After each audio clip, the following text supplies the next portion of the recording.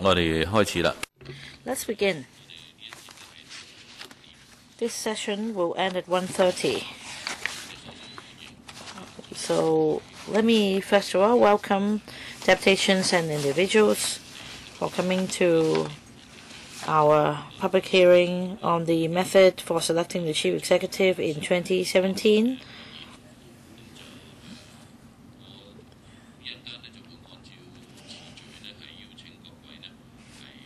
You'll be invited to speak in the order of the list. Each will have a speaking time limit of 3 minutes. And on 3 minutes, the beeper will go off, reminding you that your time is up and you should stop your speech immediately. And if you want to submit a written submission, you're welcome to do so. Please submit that to the Secretariat, and they will be circulated among members. I'd like to remind you that for members of the public giving opinions in this council, they are not protected or exempted under the Legislative Council Powers and Privileges Ordinance. Similarly, the written submissions are not covered under the electrical PNP. And when you speak, please lean closer to the microphone so we can all hear clearly.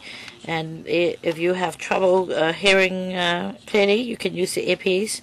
And I'd like to remind deputations and individuals to pay attention to the various security measures in the notice for members of the public attending meetings in the electrical complex, and the notice has been circulated to everyone, and you will also find the notice in front of you, and those in the gallery can also ask the electrical security staff for the notice. After you've spoken, if time allows, I will see if members have any questions, and finally, I will ask Deputy Secretary Mr. Gordon Leung to give a succinct response. So let's start with the first deputation, Mr. Park Hon Pen. Thank you, Chairman. Selecting the CE by universal suffrage is an important step for the democratic development of our system, and if the proposal is passed, then unprecedentedly we can select our CE by universal suffrage by one person, one vote, so we should grasp the chance. I think that the threshold or the threshold for nomination should be lowered from 150 to 120 and subject to an upper limit of 240 recommendations, so that more candidates can join the race, and I support that. I don't agree with the suggestion that pocketing it first would mean pocketing it forever, because democratic development should take place in a gradual manner, and the proposal has already formed the legal basis for universal suffrage, and when social developments takes place and when people's livelihood improve, the government can then consider making improvements to the system. I urge members to think for the interests of the whole of Hong Kong. Next, Ms. Fu Hiu Lam. Concerning Hong Kong's election system, there will be two parts to it according to the basic law. There will be nomination committee and also the voting for by the people of Hong Kong. The proposal this time is in keeping with the basic law and also with the 831 decision. It also fully takes into account the views of the Hong Kong people to come up with a transparent system for the voting of the CE, and also it gives flesh to the determination of universal suffrage for Hong Kong. And there is a cap of 240 and also 120 as a minimum. And this is a clear indication that it is to be made more open and more accessible. So it is wide open for people to be candidates for the CE. The reform is beneficial to the development of Hong Kong in terms of democracy. There will have to be steps taken before the ultimate goal is reached. We should progress gradually so as to make Hong Kong progressively democratic. This is something easy to understand, and this is a reason why people of Hong Kong should support the reform proposal. For the future of Hong Kong.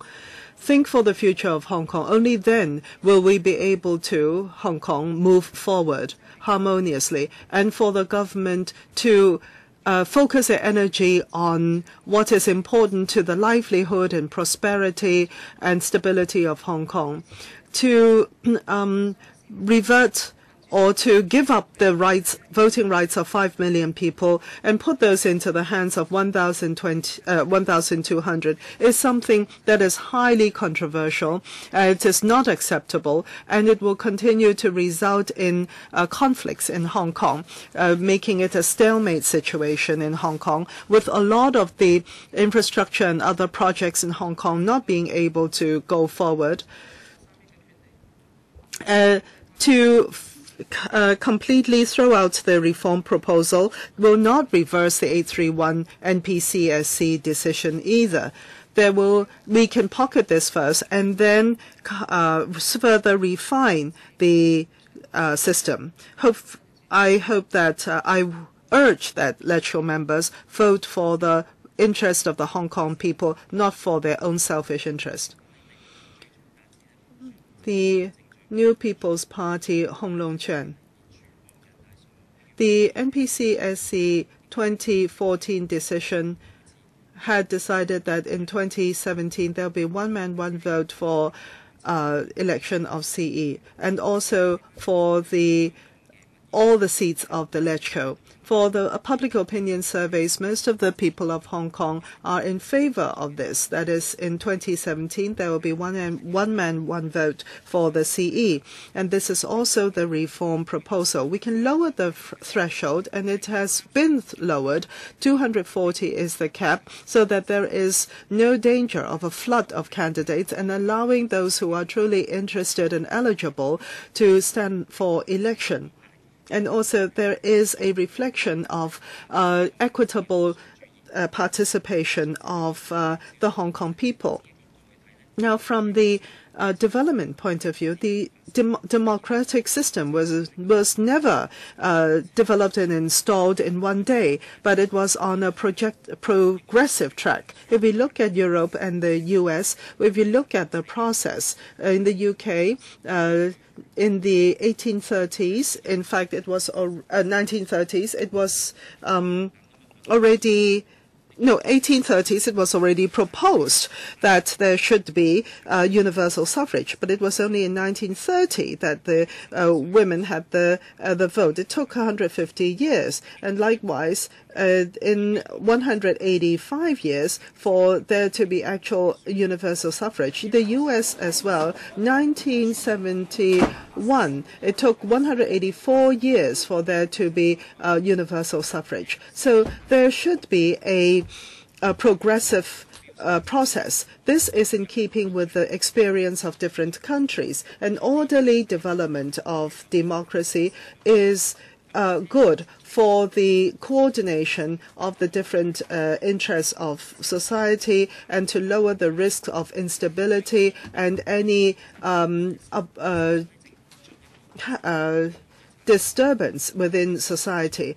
I hope that this reform proposal will be adopted. I would want to see Hong Kong, the different sectors, coming together to put down their differences and to accept this reform proposal and to go about one man, one vote for the election of the CE. New People's Party, Wang Jingji. I have 3 points to make. First of all, on the process of political development, it is a big step forward. This is a secret ballot system. All the members of the nominating committee and election committee can support any one of the candidates. Secret ballot voting, apart from allowing nominating committee members to support same party candidates, it also allows them to support other parties' candidates so that the entire system will be more fair. Now, through this reform, through one man, one vote system for voting in the CE, is a lot more democratic and a lot more recognized, the final CE, than the 1,200 man voted candidate or CE. The entire system is highly transparent and highly democratic, and the citizens can, through different channels, get to know the candidates. And this is indeed a major step forward for the democratic development of Hong Kong. We should support it. And secondly, for the definition of pre-selection, we should understand that differently. This is really to protect the society and their just and reasonable and balanced participation for the different stakeholders, and to avoid a flood of candidates. Now, there will have to be a recommendation process for the present reform proposal, and also a step of nomination committee nomination, and finally the one man, one vote voting. All these will take these are reasonable, and the proposal had taken a lot of resources to hammer out, and it is acceptable. It's 120 floor and 240 cap has already ascertained competition as well as acceptability of the final candidates. And I oppose a view that the pocketing it first will be pocketing it forever, because for political development, we cannot build Rome or aspire to build Rome in a day. It will have to be a gradual process. This will be a very important foundation in our road to development into democracy. I hope that this proposal will be accepted. Mr. Ho Kai-ming, Mr. Chair, coming here to speak. In fact, I bring with me a question for those pan-democrats who are against pocketing it first and against the proposed system. I do not see that it is a choice between two. I always think that it is a choice between pocketing it first and no universal suffrage. I started at antipocketing.com to try to understand the reason for opposing the proposal as we see it. But the main reason is that after this, after we veto this reform, they feel that the central government will see that they have not lived up to the expectations of democracy for the Hong Kong people, and the next time round, the central government will come up with something more democratic. Well, I do not understand why the pan-democrats think that after vetoing this reform, the central government will be able to come up with a more democratized system, or that they will be able to ask the central government for a more democratized system. Now, for the UN and the committee, they have made it clear that they will not exert pressure, and they want the process in Hong Kong to be expedited. The CE in Hong Kong will have to be responsible for the citizens of Hong Kong, and also to the central government. What it is now we're seeing as a proposal is in keeping with the Constitution and also with the understanding of the wider society. I can give you an analogy. This is like buying a flat. Hong Kong people would like a 600 square foot minimum flat. However, in the present housing market, it is very difficult. 300 feet flat is something that we can afford, but it is a small flat. Do we want it? Do we not? And that depends on where you are living now. If you're living with your mom in a room, if you're happy with that, then you do not want to move to a 300 square feet flat. But if you only have a bed place, if you have a whole village and, a lot of people living with you in your home or now, then you would want to move to the 300 square foot flat. So members, this is like us living in that bed space with a whole village living with us. It is not a choice between 300 square foot or 600 square foot. It is me living with the village in my small home, moving to a 300 square foot home. So that is the analogy. I would choose 300 square feet. You may think that maybe all of a sudden next month there will be a collapse of the housing market and we do not have to pay much to buy a 600 square foot, but the possibility and the probability is very, very low. So give us the flat. I'm the Secretary General of the Alliance of the Labor and Commerce in Hong Kong. What we are seeing now in terms of the political conflict is not because of a reform, but because of self-interest of certain parties. Hong Kong had already been marginalized by other cities around in Asia because of a lack of competitiveness. Some people do not accept the central government's rule over Hong Kong. They want to utilize Hong Kong to topple the central government. They want to oppose anything that is coming from China or the central government. And it is only through passing or adopting the reform that Hong Kong will have a bright future. The central government wants to resolve the situation in Hong Kong so that Hong Kong goes back onto the right track.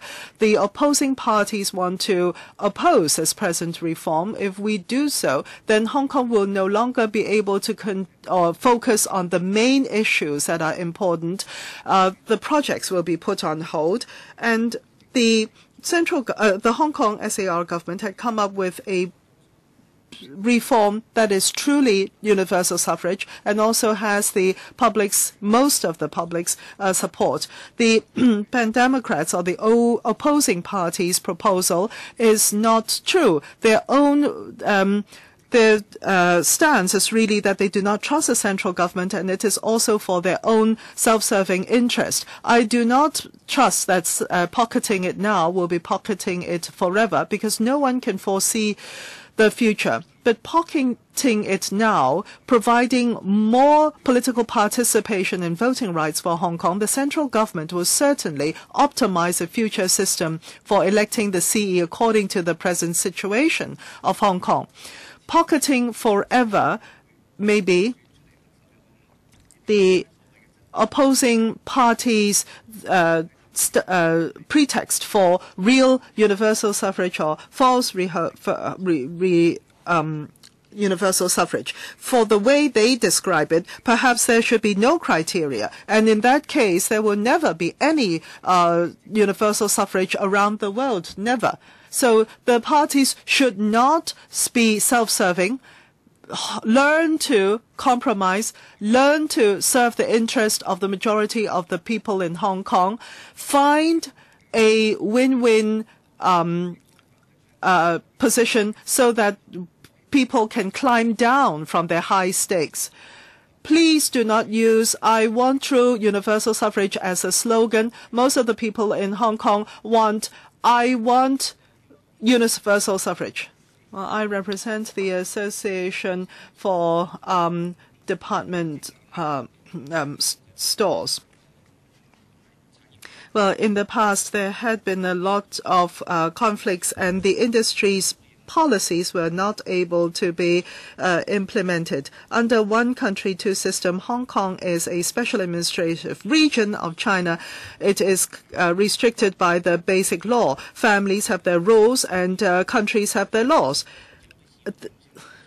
The central government had treated Hong Kong as a pearl on the palm, to follow that Chinese saying. And during the SARS CEPA was introduced to reinvigorate the economy of Hong Kong. And then in 2008, at the financial crisis, the central government also intervened to help Hong Kong come back on its feet. A lot of people are silent in Hong Kong. For those but for those who oppose the opposing party, they are already spoiled, and they are supported by foreign elements, and they have not approached the issue from the point of view of Hong Kong's benefit. There are no international standards, really. The Western standards cannot be grafted into Hong Kong.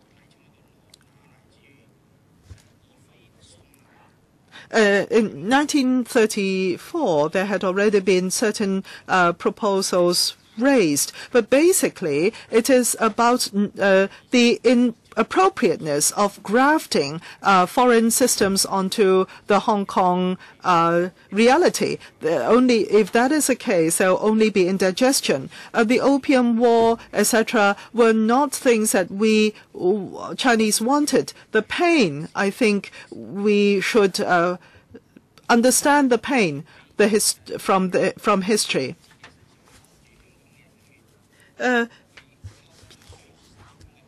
都自身免疫系統出問題，最近1年來搞到嚴重嘅荷爾蒙。These are spoiled brats who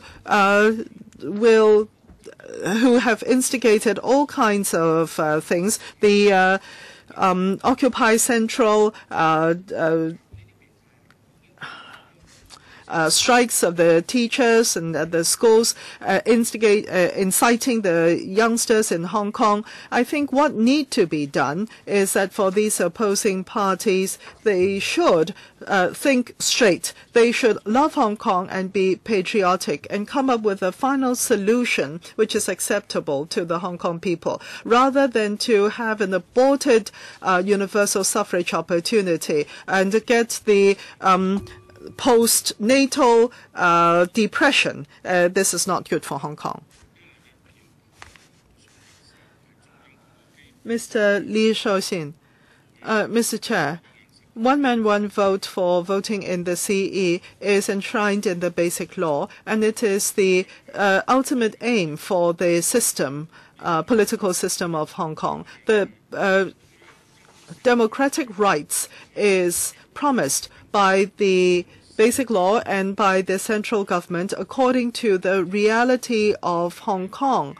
And it was in August 31st of last year, the NPC Standing Committee had decided on the election system. Some people say that this is undemocratic, this decision, but I think that this is completely confusing facts, reversing black and white. The British had been ruling Hong Kong as a colony for over 150 years, and it was Chris Patten, the last British governor, was also still appointed by the Queen and the government of the UK, and it was the Royals' patent that Hong Kong people can only accept the rule of the British government and the governor. How much democracy was there? When I was in the secondary school, I staged a performance at the City Hall, and even then there had to be vetting of the performance. Now, the UK and US had gone through over 200 years of development of their democratic system, and it is not fully democratic. Now, what we are looking at now in the reform proposal is one man, one vote election of a CE that loves Hong Kong and is patriotic. What a big step forward in terms of democratic development. Some people say that the CE, if he is to be if he loves Hong Kong and patriotic, and also patriotic, if that is a criterion, then this is not democratic. Well, I think this kind of thinking is unconstitutional. And this is nonsense from the parties who claim to be upholding so-called international standards. Now, if the CE is returned through universal suffrage, then the person would, of course, love the country, love the land, and love the people of the land. Time's up. Ms. Chen On Yan. Thank you, Chairman. I'm from the Kennedy Association representative. Just then, someone said that, talking about Ms. Risbach for actually, not giving the proper name of an association. And, well, Mr. Chow Yong, Robert Chow, earlier called for a actually opinion poll. The first day he said that they would be honest and not allow children to put down their names. And yet, we saw on the day children putting down their names. Volunteers actually, being asked to actually put down the names. Don't treat us as idiots. Hong Kong government actually is listening to opinions selectively. So, are you kidding?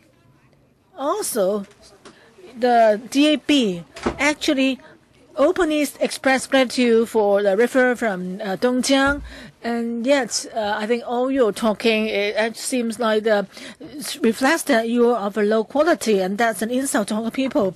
There's also the large number of white elephant projects.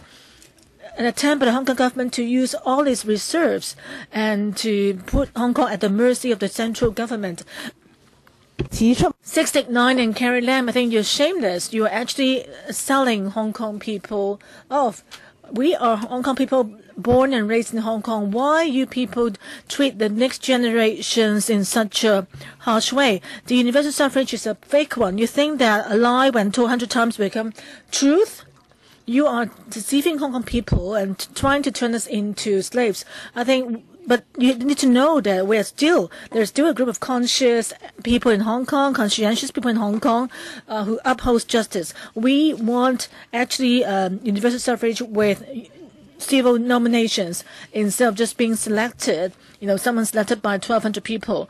We don't want to have people who actually are, disrespecting us. I don't think the people now who are making proposals are not worthy of respect by us. We do want to have true universal suffrage. Last, I want to tell all the Hong Kong people and the pro-communist people that actually power cannot really overcome truth. Please go home, you guys. Please stay quiet. Zhang Yinam next.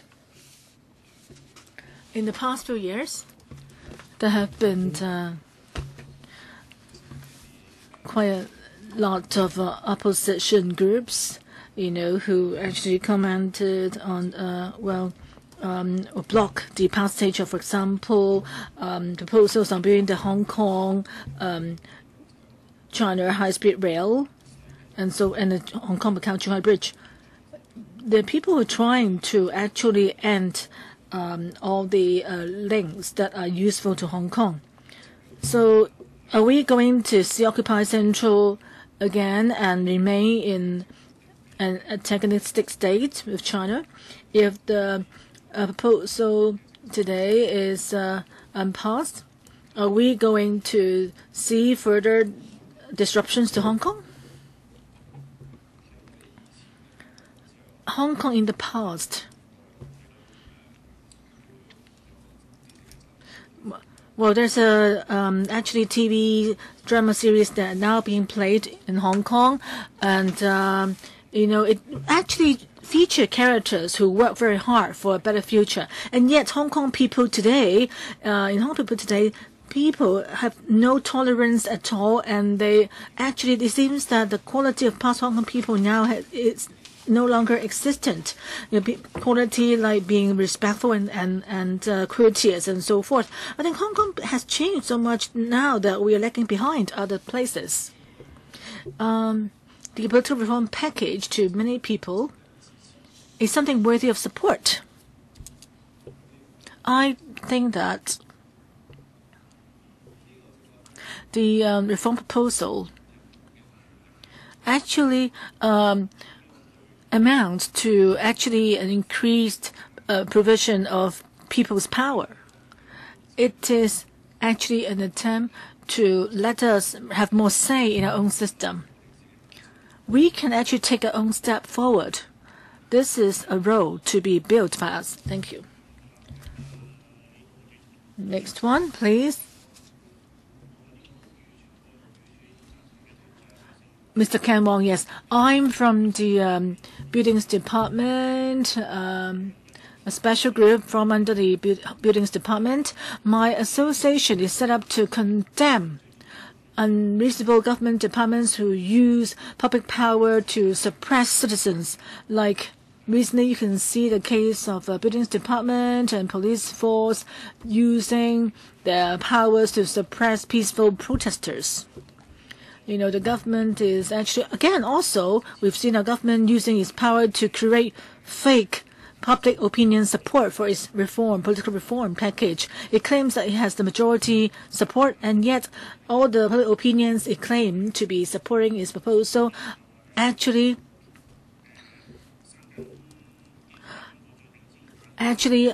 do not tally with the results of polls carried out by the three universities with much credibility. That is, universities such as the PolyU, CEU, and so forth. And we can't possibly ask all 7 million people in Hong Kong, and yet the survey carried out by the three universities statistically actually are the most reliable.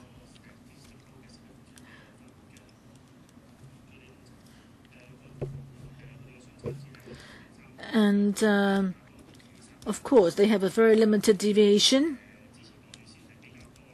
Even though a high percentage of people show more people supporting universal suffrage, and yet the margin of deviation or the difference in the percentage supporting and against the package is very small, so not significant enough for the government to suggest that more people support its reform plan. So, and also, we have seen, actually people like Robert Chow, who is now become notorious for his so-called public surveys to try to get, mobilize support for the reform. Choi Ai, who's another person who's a delegate to National People's Congress, also tried to create public opinion that support the government's plan. But he is almost like the spokesman for the Chinese Communist Party in Hong Kong. And the opinion polls conducted by the 6 chambers of commerce in Hong Kong claim that 90% of the people vote support the political reform plan. And yet I don't think their findings are credible. The 6 chambers of commerce actually represent people who really make up for almost 300 members of the 1,200 election committee. So actually, they are speaking on behalf of people already on the committee. And another member, Chung Kok Pun, is also a member of the functional constituency, and the figures provided by him is not reliable either. Okay. Please remove the slogan put at your table, please. Could you remove the slogan or the banner at your table? Next one is Wong Kai Shan. Thank you, Chairman.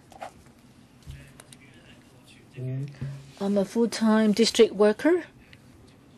Through my work, I have been in contact with various residents. I also supported the signature campaign supporting the reform package. A young person once came to me and said, if the reform plan was passed and there were 3 candidates standing election, one is C.Y. Leung and 2 others are pro-establishment figures, how would I choose? He asked me. And then I asked him back, could you give me 3 names instead?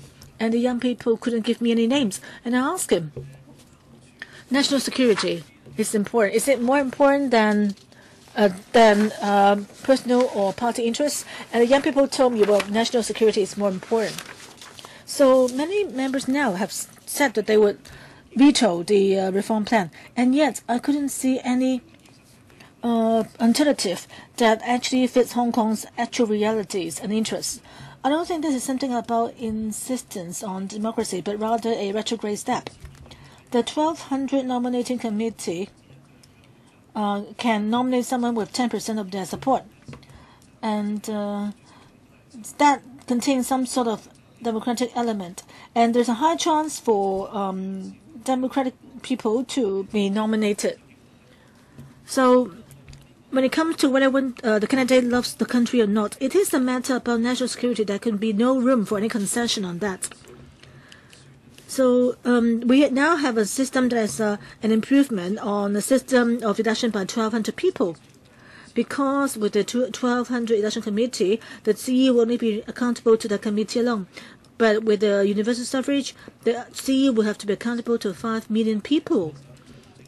5 million people choosing the chief executive is a kind of an actualization of democratic election of the CE.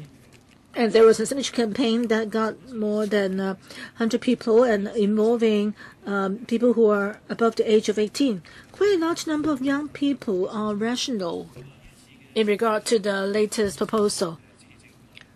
So there have been actually support shown in reasonable opinion polls for the proposed election methods. Of course, that people also say they will object to the proposal. But since the handover, Hong Kong has never seen any universal suffrage. Now we're only a step away from universal suffrage. And the proposal put before us is highly democratic. And yet the opposition camp insists that they will oppose it. As a LegCo member, shouldn't you listen to public opinions and do something which is good for the long-term development of Hong Kong? Are the LegCo members who are opposed to the plan working for the benefits of Hong Kong or just the interests of their party? I think Hong Kong people can easily see that. Thank you. Next one is Ms. Law Ching. Thank you. I'm a community worker. Recently, all the signature campaigns held across the territory, held from May 9 to 17. Actually, we collected 1.2 million signatures. And it showed that Hong Kong people really want to have universal suffrage for the selection of CE in 2017 in accordance with the law. So that provides, the signature campaign provides a strong indicator of people's support for it.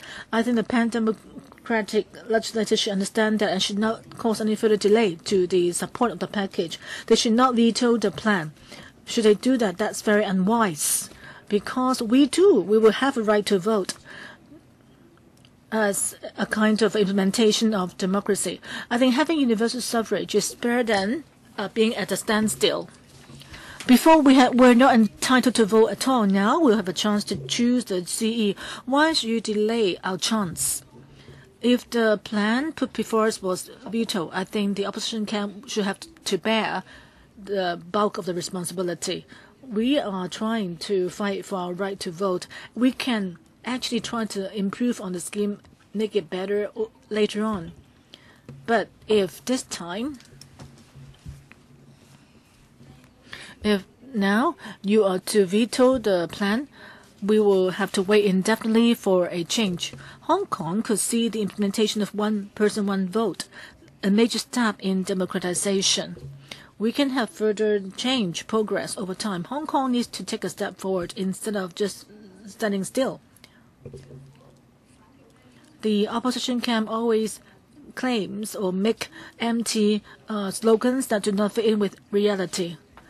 They kept saying that they will veto the plan, and yet they have not come up with any alternative option. If you insist on your view, this will only cause an unwanted delay to the whole process, and we will not find any solution. One country, two systems, having universal suffrage should be done in accordance with the August 31 decision of the NPC Senate Committee and the Basic Law. This is not just about what you want to see alone. Please don't further delay the pace of democratization in Hong Kong. Hong Kong is now the strongest country ever since 1949, and yet the opposition camp actually is continuing to be opposed to the country and doing no good at all to the long-term development of Hong Kong. We hope that Hong Kong can make a historic first step and progress forward, politically speaking. Next one. Let me give you a simple analysis now. The C elections in the previous years, whether when it comes to nominating or election rights. They all rested with the election committee, and none of the Hong Kong people we as ordinary members of Hong Kong had no right to participate. But now the current political reform plan proposes that all the 5 million eligible voters in Hong Kong can choose CE through one man, one vote. In comparison, I think the proposed plan it has become more democratic in nature. It is a major big step forward. Just on that point alone, I think is enough for you to support the proposed plan. We need to begin with taking small steps. Same with election. It really takes time and verification over time and an experience to optimize the election system here over time.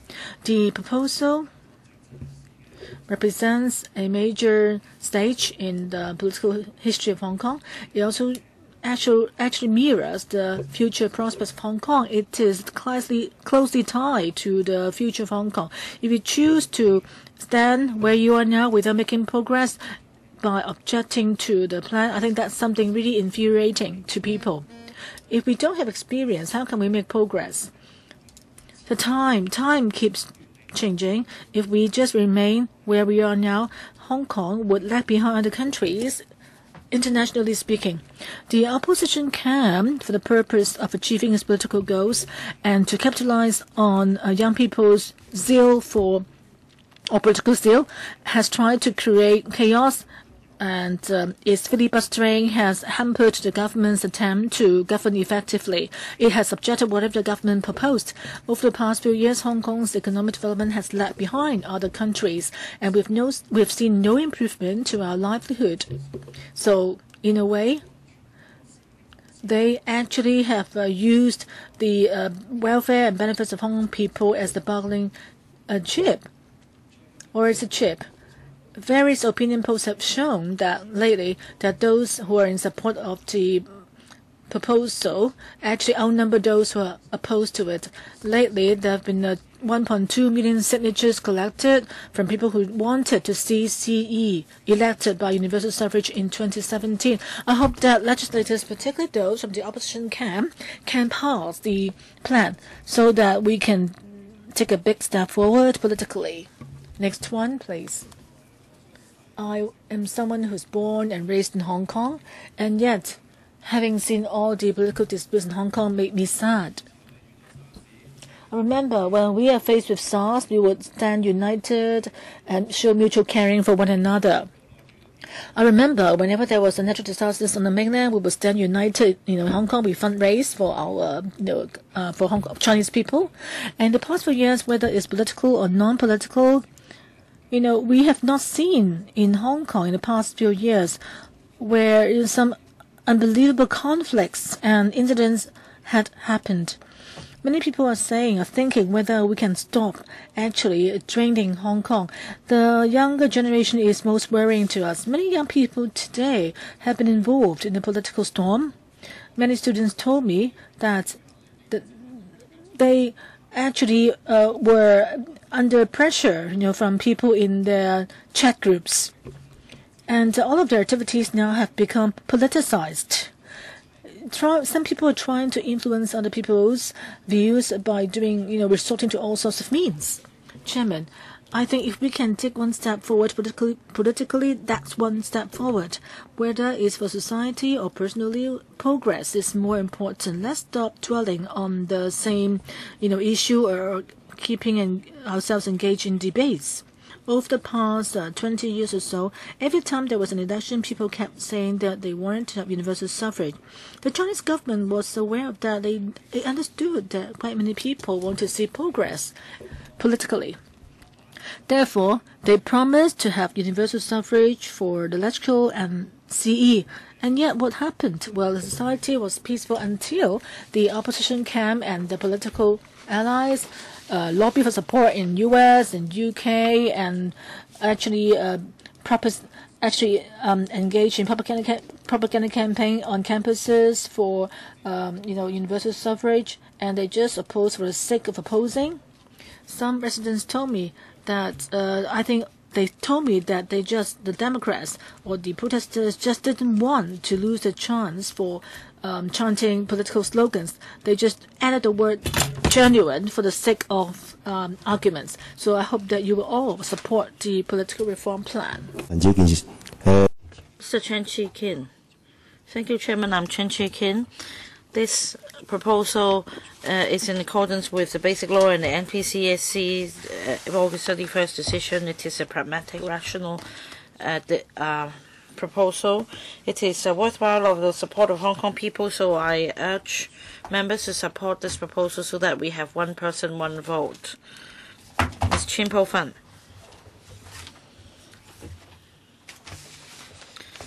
I want genuine universal suffrage, no screening. Civic nomination is a must. Every night in Sion Choi Street South, I chant these slogans from 8 p.m. to 12 a.m. I have been doing so for the past 6 months. I am representing this organization called the Friends of Shopping. I don't know why our group's name has been ruled indecent by the so-called chairman or president of this council. Well, shopping in Mandarin is pronounced this way, and we need shopping in Hong Kong for our economy to prosper. And one of the main activities of the mainland tourists here is, after all, shopping. Well, anyway, let me go back to the main topic of the day, and that is constitutional reform. Some say that taking a step forward is better than nothing. Some say that further improvements can be made and that we should pocket it first. Now, let's talk about shopping again. Mainland visitors come to Hong Kong on IVS, and everybody buys the product, and that product is milk formula. So if this milk formula is toxic, is poisonous, is contaminated with melamine, and can we add minerals and vitamins to improve it? Will mainland visitors or even your good self buy the milk formula products because of the vitamins, minerals, and added nutrients? If it's poisonous, if it's fake, if it's something bad, we cannot accept that. That's the case for food, and that's also the case for the constitutional reform package. It's a lie. I want genuine universal suffrage, no screening. Civic nomination is a must. I don't want pocket it first, or we will be harming our next generation.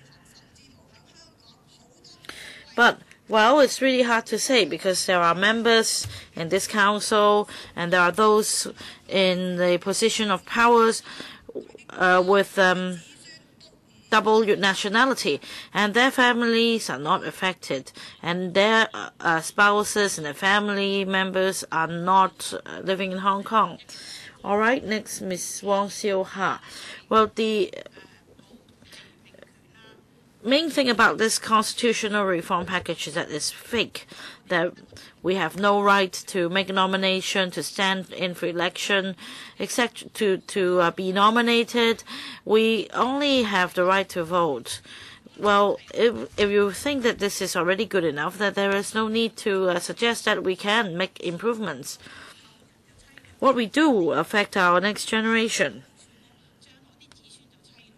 If we say yes to the fake universal suffrage, then our next generation will suffer. Of course, we have to be tolerant, but we should not condone the wrong. Well, they say that the signing campaign of over 1 million supporters is convincing, but if so, then there is no need to woo us into believing that you would further improve the proposal. Just save the argument, save all the talk. I don't know. That's it. Mr. Billy Chang. Now, I'd like to talk about the three industries that are popular in Hong Kong. They are closely related to constitutional reform. Now, many boys like me were dreamt about becoming a police officer because you could carry a gun, you can catch the evil guys. But after a series of unfair incidents, beating up civilians in a dark corner in the Occupy movement, they've been called the black police, and they are no longer the dream jobs. So for our next generation, they should, instead of wishing to be police officers, become government officials or even corrupt officials, because you could receive,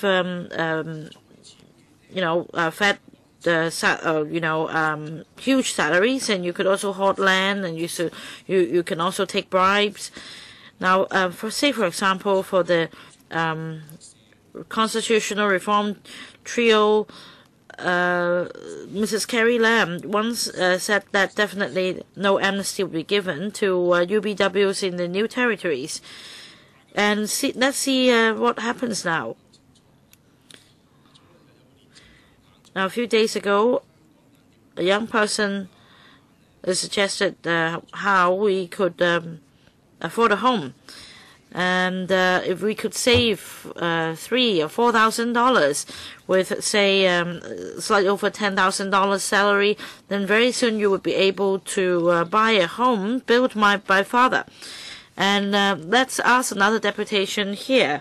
Mr. Kenneth Falk is also here. Please follow, observe the order, stay silent. Well, coming back to the fake universal suffrage, well, a few candidates will be put up for our for our election, and that the three types of people I mentioned would just continue to oppress us. Well, when 689C, long hair, protesting, chanting slogans, he said that sometimes he couldn't help but smile. Well, in fact, he is the only person who could smile when thinking about the future of Hong Kong, where the rest of Hong Kong is crying. Next. Mr. Lam Chun Yip. Well, I represent a group. The name has been ruled indecent. I don't know why. Well, many deputations have already spoken on how undemocratic this NC is. And I just want to say how ridiculous, how illogical this proposal is. At the nomination stage, according to the consultation document, the so-called lowered threshold, nomination threshold, it seeks to ensure that there will be 5 to 10 candidates for the election. Now, I don't understand why. Normally, only 2 to 3 candidates will be available, because you need to get 600, support from 600 members of the NC. And if all 600 members support that candidate, they may not have the incentive to nominate another candidate. So what happens if there aren't enough candidates? Will they be forced to nominate somebody not really to their liking, or will the whole process start again? And even when there are 5 to 10 candidates, that means that means NC members will have their own preferred candidates. That means in the end, no candidate would get 600 nominations. So what does it mean, that the whole process will start again, or what? It doesn't say in the consultation paper. Lastly, it's very ridiculous, because any candidate getting 601 members support to be nominated, he can manipulate it, the whole election process. For example, say if a candidate gets the support of 601 EC members or NC members, then in the end there may be 3 candidates. Maybe Chen Ziyin, Li Ziyin, Chen Qing-sam. Well, they could become the 2 other candidates to just join the race, so to speak. And for Hong Kong people, in the end, they only have one genuine choice.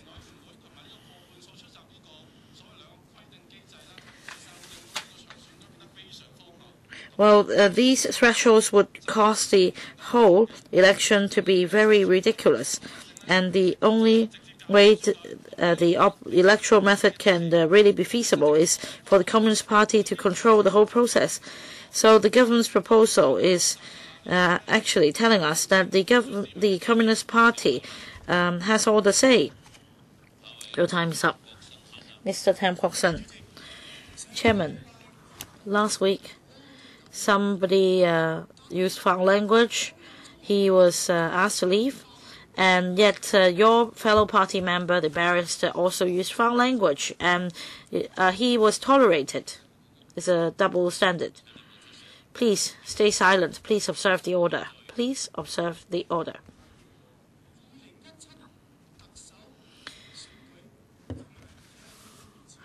Well, let's see what government officials we have today. Not even a rubbish bin. That's outrageous. Selecting the CE in 2017. Well, let me tell you a story. It's just a story. Now, that is really a story. There are 6 characteristics of the chief executive. And that is his face carries a feature of the eyebrows in the shape of a Chinese character 8, and then for the eyes, one represents the sun, and the other represents the moon, and then something about the nose, and then the neck would do like this, that is nodding all the time. And then if you add a stroke to that Chinese character, it becomes snow. And then the waist is like a woman's waist.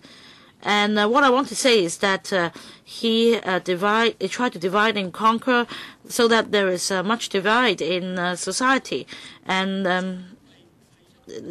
relationships between families and friends deteriorate. And this is the chief executive so selected to cause much disharmony in Hong Kong. Well, in fact, I am for 1 person, 1 vote for the selection of chief executive. However, we need these 4 Chinese characters. That is, civic nomination. We need civic nomination, and then 1 person, 1 vote for the C election.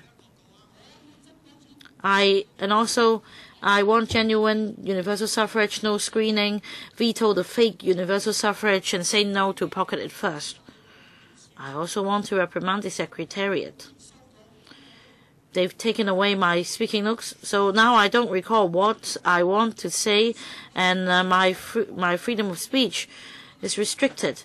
On the 14th of May, we already gave you the application or the list, and we only saw the attendance list yesterday. Mr. Tam Tak-chi from People Power. Why is it that so many of us have to resort to using foul language in this solemn occasion in this council, to use foul language against you, Mr. Tam Yiu-chung? Why is it that so many people are dissatisfied, they are aggrieved, they are... please don't interject. You understand very clearly that if this is a government that disrespects the fairness of, disrespect the people, and there is only one task, That is, the people should fight against the government and they should insult and humiliate pro-establishment camp members and the government. And when you say that you support one person, one vote for the selection of CE, I feel so angry, because you understand that this is a small circle election and there is a screening process. It just looked fair. But you screen out candidates for people to exercise one person, one vote, and there are scums like Yong Wen-kei and others. And if you really have a conscience, you would understand that this is fake democracy, fake universal suffrage. The candidates will be screened by the 1,200 strong NC first before you are allowed to choose. And I have used the same analogy many times. Well, just like sucking on a chicken feet. Well, Tam Yu-chung, I did not use foul language. Stop speaking. Please leave. 其他人停止出聲。Please keep silent.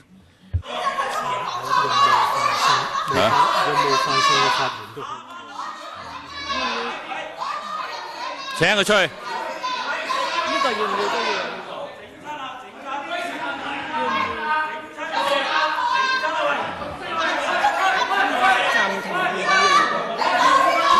請埋錢寶。Please ask Chin Po-fan to leave as well. Chin Po-fan, please leave.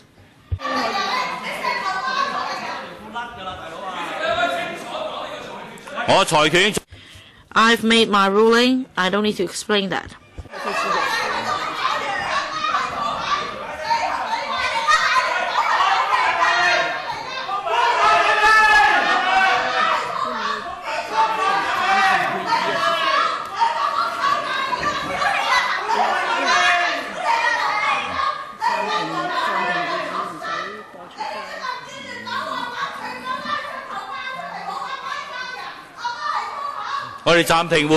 I'll suspend the meeting.